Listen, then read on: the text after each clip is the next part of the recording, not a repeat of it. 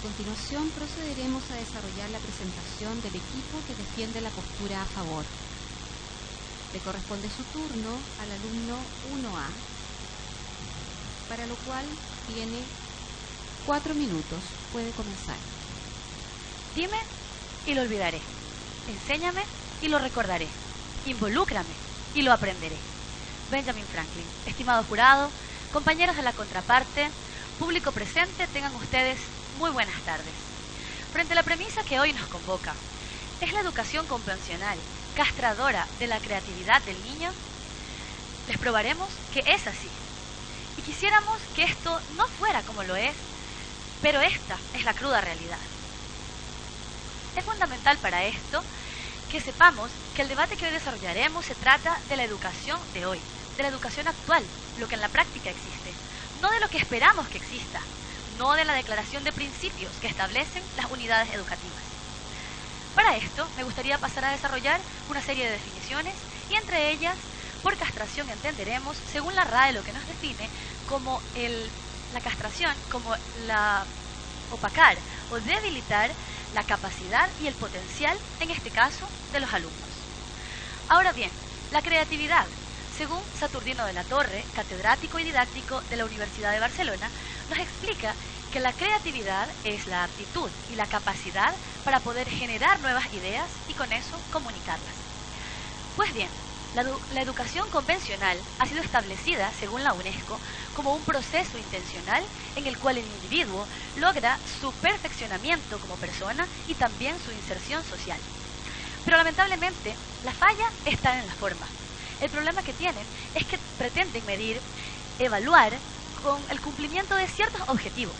La educación convencional es sistematizada, es graduada, está basada en criterios cronológicos. Lamentablemente, esto no acomoda a los niños. Sin embargo, a partir de hace más de 20 o 30 años, la educación convencional ha ido perdiendo el rumbo. Tanto es así que hoy encontramos alumnos que aparentemente no están interesados en aprender, a profesores que no saben captar la atención de sus alumnos, a directivos que no saben cómo gobernar instituciones y peor aún, a padres que ya no quieren acompañar a sus hijos. Les probaremos que este problema del cual estamos hablando hoy se basa en una serie de factores, pero en especial está ligado a la castración de la creatividad. Para ello hemos desarrollado 2 líneas argumentales y la primera hemos pasado a denominar las falencias del sistema convencional de educación. Y la segunda de ellas realizaremos un paralelo entre la educación convencional y la no convencional, viendo cómo una de ellas potencia la creatividad y la otra la castra. Desarrollando un poco el primer argumento, me gustaría decirles que el sistema de educación convencional tiene una serie de fallas. En primer lugar, podemos encontrar cómo los niños son solamente personas que están como receptores pasivos. Ellos no intervienen en su educación, nada se les consulta. Además de esto, también podemos decir que los contenidos que se pasan a la edad de los niños en muchas ocasiones son imposibles de asimilar, haciendo que los niños tengan un sentimiento de inferioridad. Otra de las fallas de este sistema podemos decir que es que todos los contenidos son uniformes. Queremos que todos los niños aprendan de una misma manera, un mismo contenido y en una misma fecha. Otra vez generando una sensación de inferioridad en quien no lo cumple. Otra cosa muy grave es que tendemos a estigmatizar y a penalizar el error de los niños, castrando así su creatividad. Me gustaría dejarlos con una frase, y esta es que recordemos que para ejecutar una idea se necesita una sola noche. Pero para ser creativos necesitamos toda una vida. Señoras y señores, muchas gracias. Muchas gracias. Se le recuerda al público presente no realizar manifestaciones durante la presentación de los equipos. A continuación procederemos a desarrollar la presentación del equipo que defiende la postura en contra.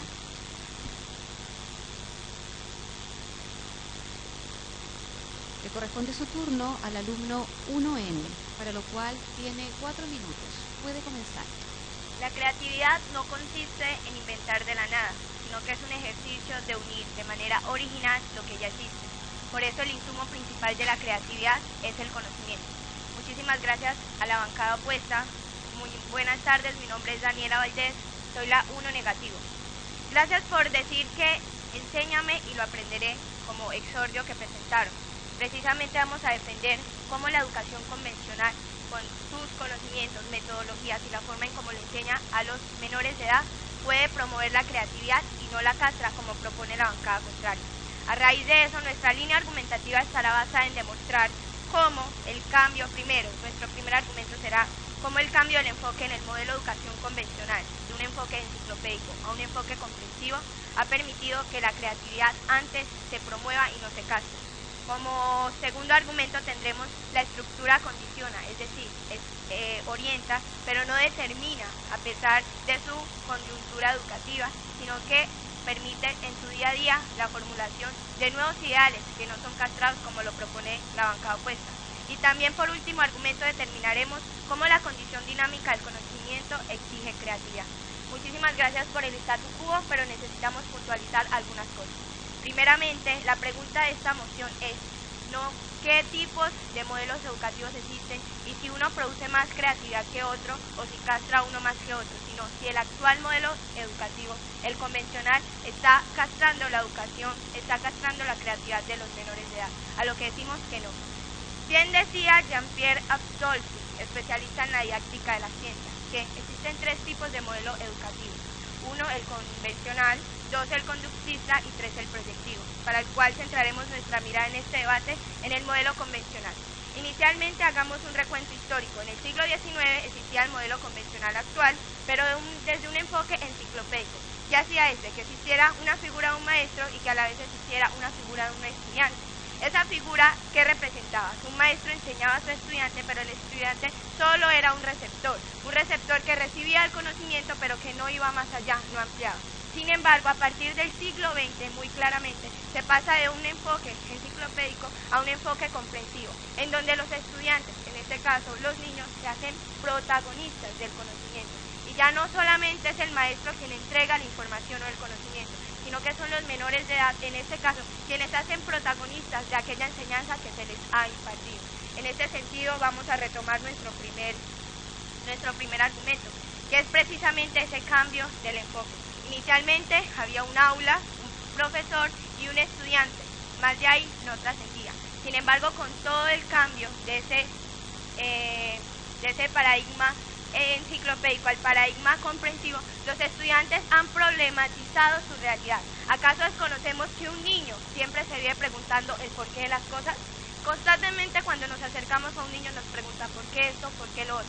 ¿Y esto qué ha permitido? Lo ha permitido la educación convencional. ¿En qué sentido? En que ha dado herramientas, ha dado metodologías para que los pequeños puedan hacerse preguntas sobre su realidad y puedan ir creando a través de sus ideales, de sus talentos y de su formación lo que ellos consideren para su vida. ¿Acaso castra esta educación convencional la creatividad de los pequeños? Antes, por el contrario, reconocemos sí que hay unas estructuras generales que se les dan, algo básico. ¿Pero acaso el conocimiento aparece de la nada? No. Es necesario que los niños tengan un acompañamiento especializado por parte de los docentes para que ellos tengan la capacidad de llegar más lejos. Por eso consideramos que la educación convencional no castra, antes por el contrario, con sus metodologías, herramientas y elementos le permite a los pequeños ir creciendo e ir averiguando sobre su realidad. Muchas gracias. Gracias. Continuando con la ronda de argumentación, le corresponde la presentación al alumno 2A, que defiende la postura a favor. Tiene 4 minutos. Puede comenzar. La creatividad es uno de los tesoros más grandes que solamente se viven en la infancia. Y es por eso mismo. Es porque nosotros como bancada debemos promoverla para que el niño crezca y se desarrolle en un ambiente íntegro, sobre todo en este mundo tan competitivo en el que vivimos. Muy buenas tardes, señores del jurado, público presente, amigos colombianos. Mi nombre es Gert Müller y hoy vengo a representar a la bancada que sostiene la tesis afirmativa, es decir, que la educación convencional indica la creatividad de los niños. Y para ello desarrollamos 2 líneas argumentativas, que una ya fue explicada en la fase introductoria, pero que a continuación seguiré desarrollando. Una de ellas es las falencias de la educación convencional. En la educación convencional, señores, a los niños primero les enseñan la teoría y luego estos terminan por alguna de las pasiones de la vida sabiendo el para qué lo utilizaron para aprenderlo. De esta forma, señores, los niños terminan inhibiéndose al aprendizaje, porque la creatividad se basa, según Jean Piaget, en primero tener la duda, luego aprender cómo solucionarlo, y luego solucionas este asunto para después aprender la teoría, y no al revés, porque al revés inhibes la creatividad y no todo el contrario. Señorita, ¿cómo se explica? ¿De qué forma un niño llega al conocimiento sin unas bases que les pueda brindar la educación? Muy fácil, señorita, y le agradezco su pregunta porque refuerza mi punto. Un niño llega al conocimiento porque todo niño tiene dudas. Cada niño tiene iniciativas de cómo vivir la vida. Y para esto, primero debe aprender. ¿Quién le enseña? Un profesor, su madre, su padre, cualquier persona en la etapa escolar que vive con él. No necesariamente debe enseñarse la teoría para después enseñar la práctica. Nosotros decimos que se fomenta la creatividad primero, comenzando la práctica, y luego la teoría. De esa manera se enseña de manera creativa. Ellos terminan creciendo con una ideología que la terminan estableciendo en base a la práctica. Y eso es justamente lo que el sistema no convencional puede solucionar. Señorita, ¿cómo funciona? La creatividad es la capacidad de crear o innovar lo que ya se conoce. ¿Cómo el niño va a desarrollar la creatividad sin antes tener conocimiento sobre lo que ya se ha producido? Muy fácil, señorita. Súper fácil. ¿Sabe por qué? Porque, como mencioné anteriormente, un niño tiene dudas. Si usted ve que el río corre arriba abajo, no necesita tener una materia en específico para preguntarse tal pregunta. Simplemente puede acceder para luego solucionar el problema, que es la duda. Y si tiene la duda o si tiene una ideología con respecto a una materia, simplemente la aprende, pero en base a lo que él cree y en base a sus necesidades. Y eso es justamente lo que la educación no convencional es la que la atribuye. Otro de nuestros casos, nuestra segunda línea argumentativa, está basada en los dos tipos de educación que hemos mencionado en la fase de introducción: la convencional y la no convencional. En la convencional, primero enseña teoría, luego la práctica, es decir, que se deja de lado a la comunidad escolar para el aprendizaje, no hay horarios flexibles, sino que están regulados y se imparten todas las materias estandarizadas. Al contrario que la no convencional, primero se establecen los horarios en base a las necesidades de los requerimientos que quiere aprender el niño, y luego se establecen los horarios y se aprende con la comunidad. De esta manera, señores, nosotros no solamente creemos que empáticamente debe establecerse una educación mejor para poder estimular la creatividad de los niños, puesto que esta es necesaria para un desarrollo vital en su vida laboral, cotidiana y, por supuesto, con sus pares y semejantes. Muchas gracias. A continuación le corresponde la presentación al alumno 2N, que defiende la postura en contra. Tienes 4 minutos, puede comenzar. Muy buenas tardes. Hoy voy a esbozar dos argumentos para defender mi casa y lo que nuestra casa afirma. Mi primer argumento será el siguiente: la estructura condiciona pero no determina. Y mi segundo argumento será la condición dinámica del conocimiento. Primero que todo voy a hacer esta salvedad. La estructura condiciona pero no determina. ¿Qué quiere decir esto? Que de alguna forma nosotros estamos inmiscuyendo a los menores en una estructura de educación convencional, una estructura que potencializa la capacidad de ese menor de desarrollar nuevos conocimientos a partir de bases teóricas que de alguna forma incentivan ese pensamiento que ese menor se va dando cuenta que está alrededor del mundo, que está en lo que él ve, en las materias que ve, que porque el río sube, que porque se tiran, no sé, porque en las películas vuelan si se tira un edificio y porque en la realidad no. A través de eso es que se permite, a través de esa educación convencional básica que nosotros vemos. Pero antes de seguir, tomo su punto. Sí, estimado compañero, me gustaría preguntarle, ¿no creen ustedes que cuando nosotros en la educación convencional hacemos ver a un niño el que está errado, cuando él intenta manifestar su imaginación, le estamos cohibiendo, le estamos cortando, castrando su creatividad? No lo estamos castrando, le estamos simplemente mostrando la realidad, y que él simplemente constate de que la realidad es una forma y lo que él piensa es otra manera. Tomo su punto. Estimada contraparte, ¿la realidad entonces solo los conocimientos que se adquieren en la educación no convencional, perdón? Sí, pero hay realidades que de alguna forma son físicas, como lo acabé de decir, como por ejemplo las cuestiones de que un niño piensa una cosa de acuerdo a la manera, a lo que se imagina, a la cosmovisión que él tiene como menor, pero otra totalmente diferente son las realidades físicas, algo que de alguna forma el sistema convencional le proporciona y le potencializa de alguna manera al desarrollar su estructura de conocimiento. Entonces, el profesor en este caso simplemente es un orientador que lo guía, pero el que realmente es el protagonista aquí es el menor, es el niño que de alguna manera va descubriendo la manera poco a poco que se va desarrollando y que el orientador le va mostrando. Voy a mi segundo argumento, que es el siguiente: la condición dinámica del conocimiento. Pero primero, antes de eso, yo voy a citar a Michel Foucault para diferenciar dos conceptos, un concepto de saber y un concepto de conocimiento. El concepto de saber se refiere a lo siguiente: el saber es aquellas creencias y tradiciones que se van dando por sentadas, que poco a poco la gente lo va tomando, por así decirlo, de un sistema de creencias que no se cuestiona. Pero la cuestión del conocimiento es una cosa totalmente diferente, es una cosa que parte a partir de un sentido crítico, a partir de algo que permite el cuestionamiento. Y lo voy a citar: un discurso moderno que se construye para explicar los fenómenos que queremos aprender.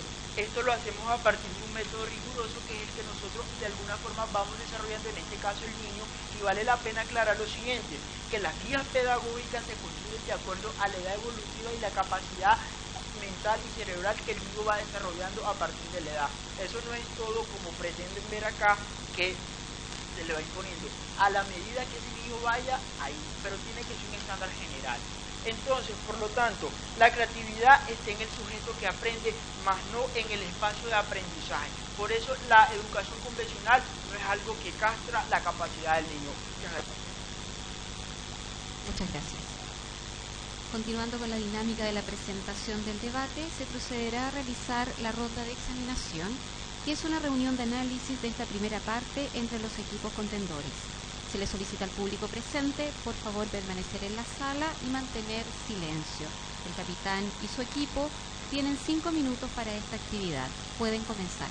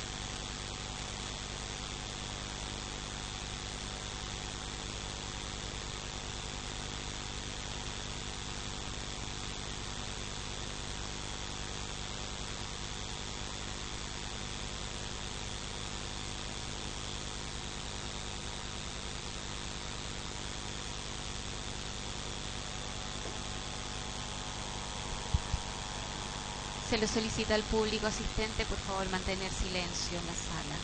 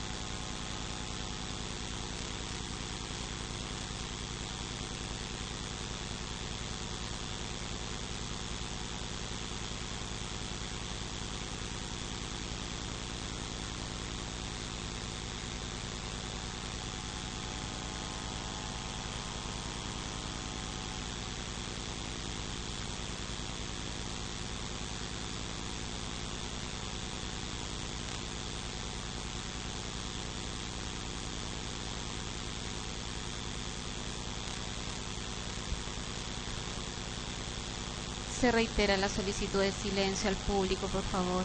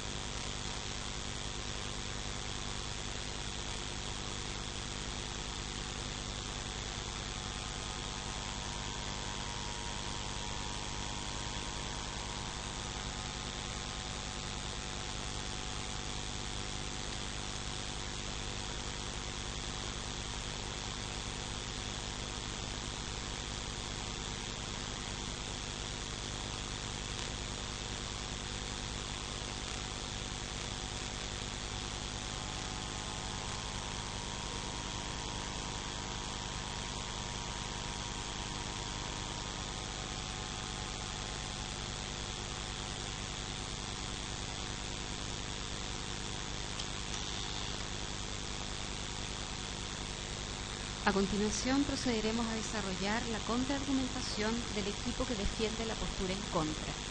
Le corresponde su turno al alumno 3M, para lo cual tiene 4 minutos. Puede comenzar. Muy buenos días, queridos jueces, equipo contrincante y público presente.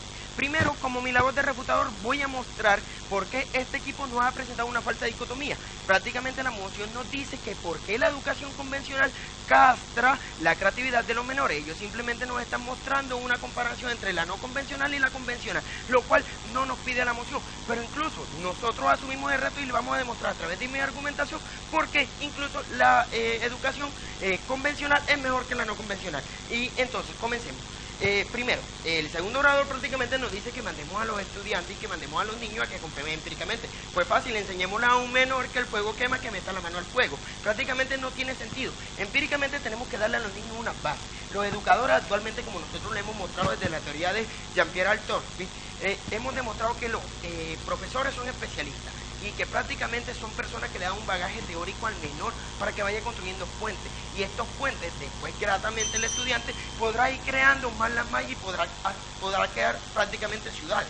Entonces, a través de nuestra argumentación nosotros le hemos demostrado algo, que aquí no interesa prácticamente el espacio, aquí lo que interesa es sujeto, pero antes sobre Jesús. Muchas gracias, estimado contraparte. ¿No considera usted que el niño tiene tanta creatividad como el sistema se lo imponga?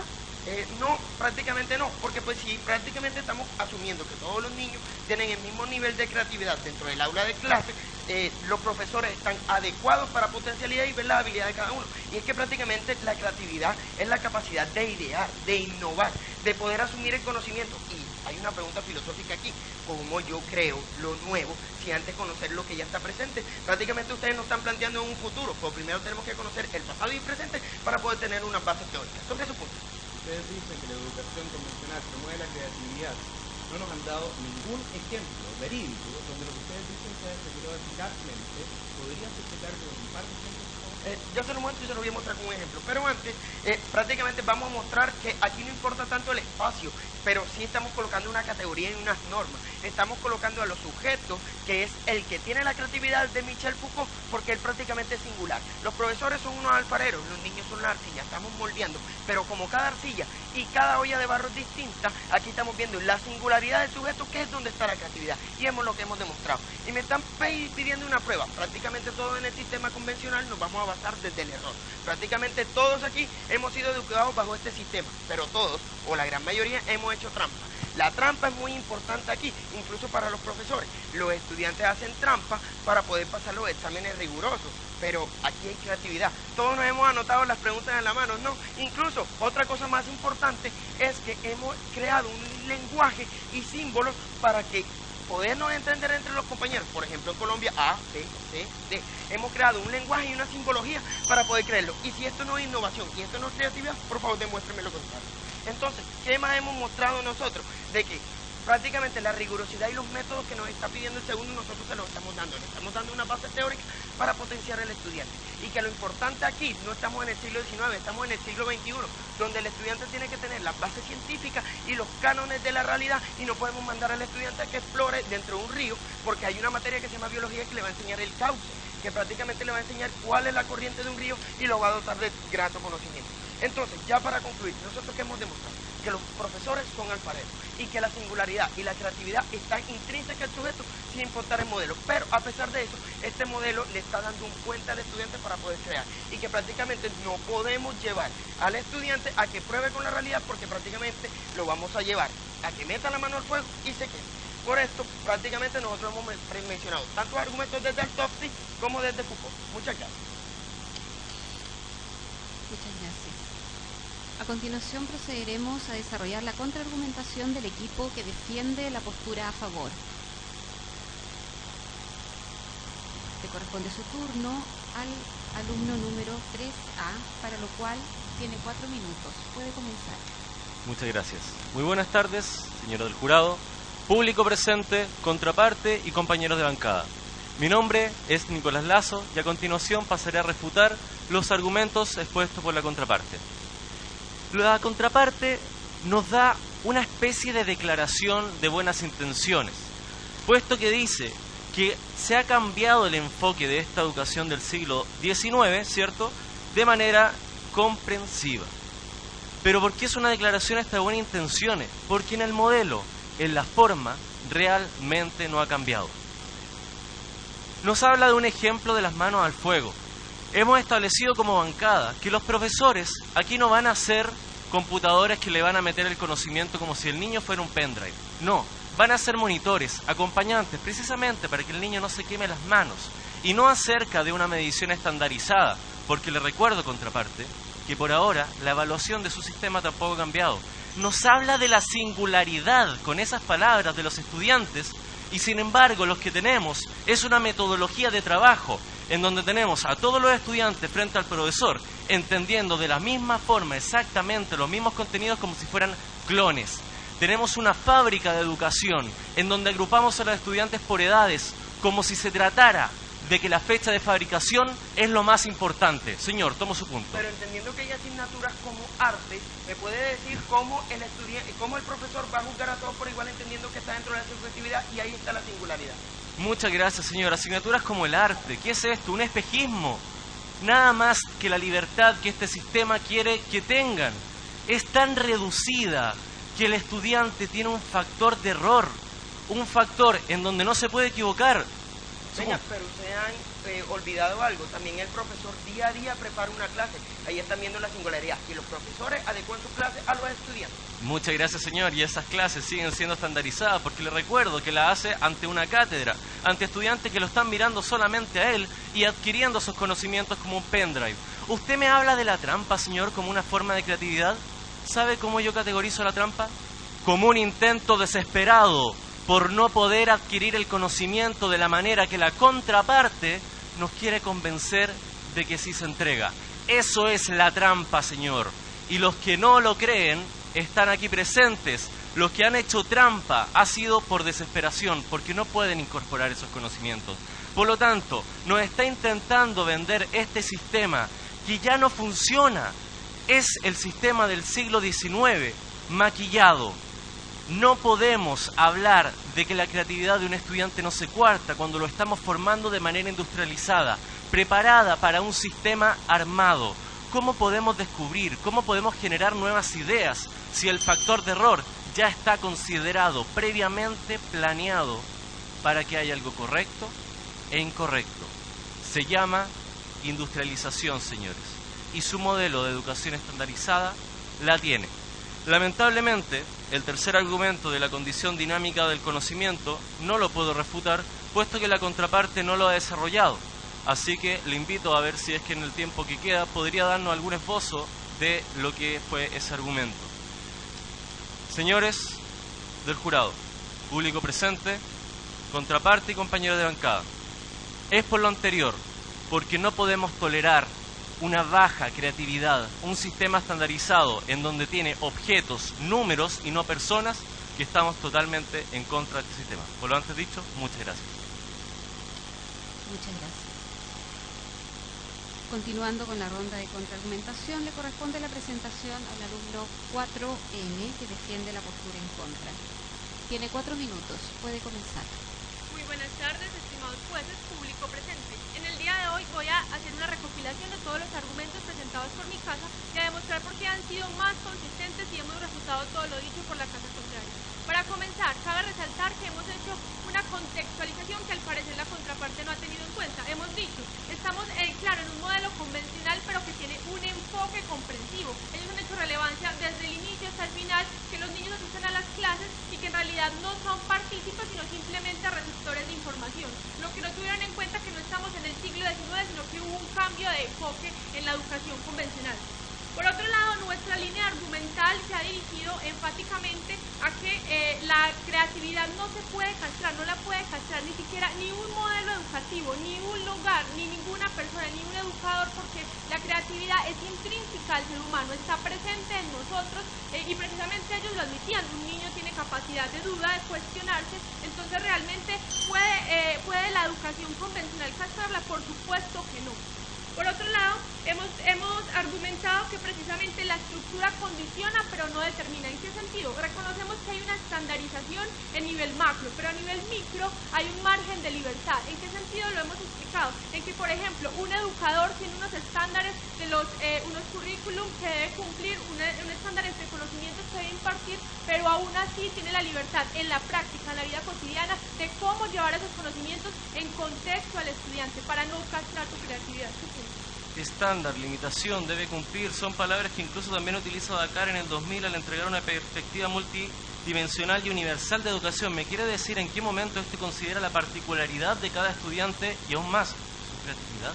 Por supuesto que sí. Lo que pasa es que la contraparte está haciendo una estigmatización de la rigidez, lo cual no es cierto. La rigidez también es necesaria. Son niños que están en un proceso educativo, como decía el ejemplo, mi propia casa. Entonces, para que un niño conozca qué es el fuego, tiene que meter las manos. Por supuesto que no. Para eso está un educador, para dar estándares, para precisamente poner límites y orientar, no castrar la creatividad, sino orientar. Un ejemplo claro y básico de pura lógica. Los que inventaron la educación no convencional fueron formados en la educación convencional. ¿Cómo si los castró tanto pudieron idear una educación distinta? Puede decir materialmente, en concreto, cómo un profesor que tiene a cargo 50 alumnos puede llevar una educación personalizada con cada uno de sus estudiantes y así fomentar su creatividad en una manera física, en una manera material. Claro, por supuesto. Se olvida usted que los educadores no son educadores empíricos, sino que pasaron por una universidad, tuvieron un proceso de profesionalización, de investigación de la psicología y de los comportamientos del niño, por lo tanto están capacitados para manejar todo este tipo de público y también en la práctica, como lo dije anteriormente, pueden idear maneras de llevar el conocimiento a ellos de una manera personalizada. Además, el sistema educativo convencional no solo cuenta con profesores, cuenta con asistencia psicológica en las instituciones, por lo tanto no es solo el educador quien tiene la responsabilidad, sino toda una institucionalidad. En ese sentido, ¿por qué nuestra casa ha sido más consistente en los argumentos? Porque hemos presentado que, primero, con este cambio de enfoque y la transición que se hizo entre el siglo XIX y XX, lo que pasó fue que la educación pasó a ser más partícipe a los niños y en este sentido la educación convencional no es castradora de la creatividad. Por otro lado, que la estructura condiciona pero no determina, y por otro lado la condición dinámica del conocimiento. ¿En qué sentido? En que si el conocimiento por sí mismo es cambiante a diferencia del saber. En ese sentido es imposible que los niños que están en una escuela para aprender y obtener conocimiento y llegar a él sean castrados de su creatividad, cuando a partir de esas bases teóricas ellos pueden inventar para mejorar o incluso crear nuevo conocimiento. Gracias. Finalmente le corresponde la presentación al alumno 4A que defiende la postura a favor. Tiene 4 minutos. Puede comenzar. Un hombre creativo es un niño que ha sobrevivido. Úrsula K. Lee. Muy buenas tardes, estimados jurados, señores de la contraparte y público presente. Hemos llegado a finalizar este debate y es mi rol concluirlo. Para ello quiero retomar la premisa que ha sido objeto de la discusión. ¿Es la educación convencional castradora de la creatividad del niño? Como bancada no podemos sino dar una respuesta afirmativa. y hemos dado argumentos sólidos que defienden nuestra postura. Quiero partir señalando el primer argumento que daba en relación a las falencias que tenía el actual sistema. Pero no puedo dejar de mencionar lo que la contraparte ha reiterado en innumerables ocasiones, que es este cambio de enfoque que tuvo. Porque claro, el sistema partió en el siglo XIX y luego hubo un cambio de enfoque al sistema comprensivo. Claro, ¿saben por qué hubo un cambio de enfoque? Porque se dieron cuenta los científicos y los estudiosos de la ciencia, de la educación, de que había que modificar para poder tener mayor creatividad, mejor conocimiento y mejor adquisición por parte de los estudiantes. Y ahora se hace nuevamente necesario. ¿Saben por qué? Porque hay teorías que avalan al respecto, sobre todo en la infancia. De ayer, por ejemplo, se refiere a la educación temprana inicial como una de las fundamentales por el desarrollo de las habilidades blandas. Hemos de respirar eso. Otra parte. ¿Me puede decir cómo un niño de 6 años va a aprender a leer, a escribir, si él es el que decide qué es lo que quiere aprender? Muchas gracias, estimada contraparte. Justamente porque ese sistema, el que usted me está tratando de imponer, es el sistema convencional.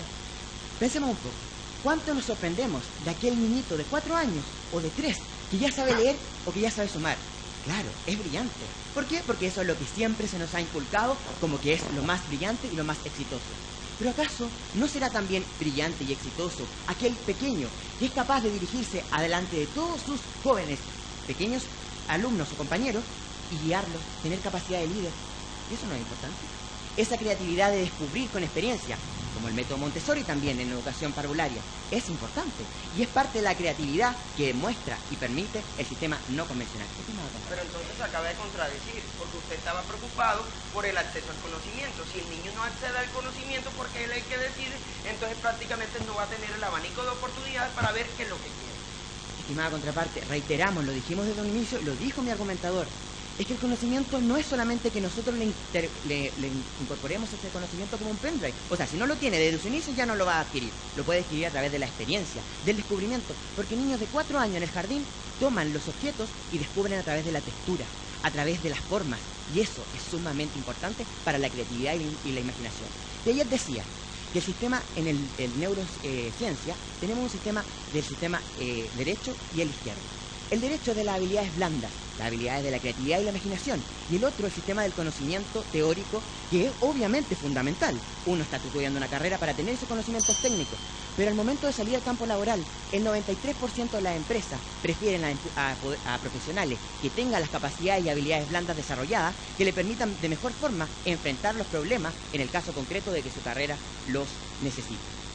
Entonces, yo me pregunto, ¿qué podemos hacer al respecto? La tesis nos decía, cambiar el sistema, pero esa no era nuestra labor. Nuestra labor era demostrar que el actual sistema convencional era castradora de la creatividad. Y lo dejamos claro, porque dijimos todas las falencias que tenía desde su inicio.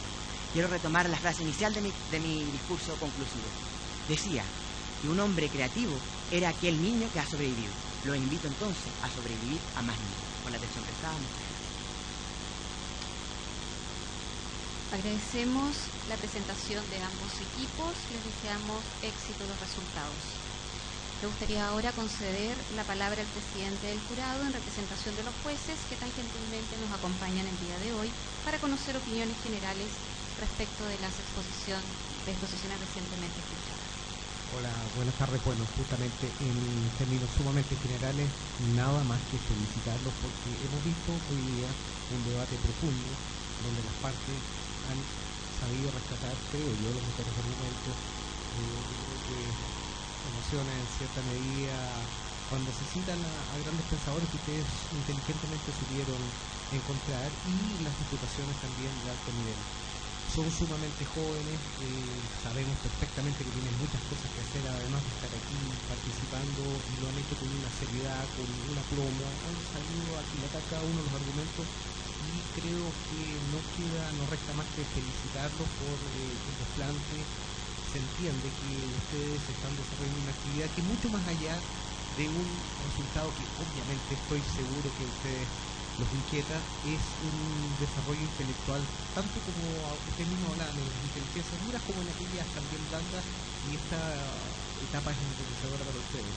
Y si a algunas partes les tocó una posición que creyeron que era quizá más difícil, eso es un desafío intelectual quizás mucho mayor que cuando me toca una posición común.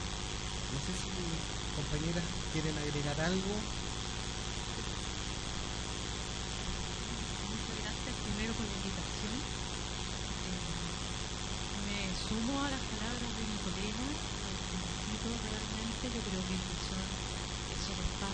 académicos tremendamente importantes y que favorecen el desarrollo y el pensamiento crítico en las personas, la necesidad de la reflexión permanente, del análisis, del estudio riguroso, es parte fundamental del proceso educativo y formativo de los estudiantes, no solo a nivel de la universidad, sino que en todos los niveles, y específicamente en la primera infancia, cuando son los niños y las niñas los que van recibiendo, ¿no es cierto?, de manera muy temprana muchas veces una formación más rígida, más convergente que divergente.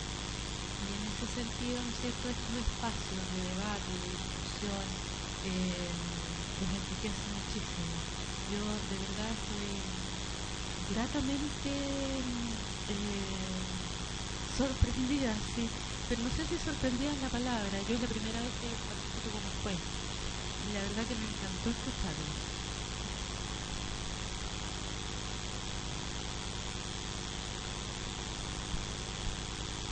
Creo que está dicho todo, solamente felicitarlos, se ve mucho rigor, se ve mucha disciplina, se ve mucho compromiso. Qué alegría ver que jóvenes como ustedes se preparan. Estoy segura que la mayoría de los espectadores, viéndolos a ustedes, también van a querer participar en esta actividad. Todo mi reconocimiento, mis felicitaciones a ambos grupos porque han hecho una presentación de excelencia. Muy bien, con estas significativas y motivadoras ideas expresadas por los miembros del jurado, damos por finalizado esta ronda de debate, quedando todos invitados para las próximas. Hasta luego y tengan un muy buen día.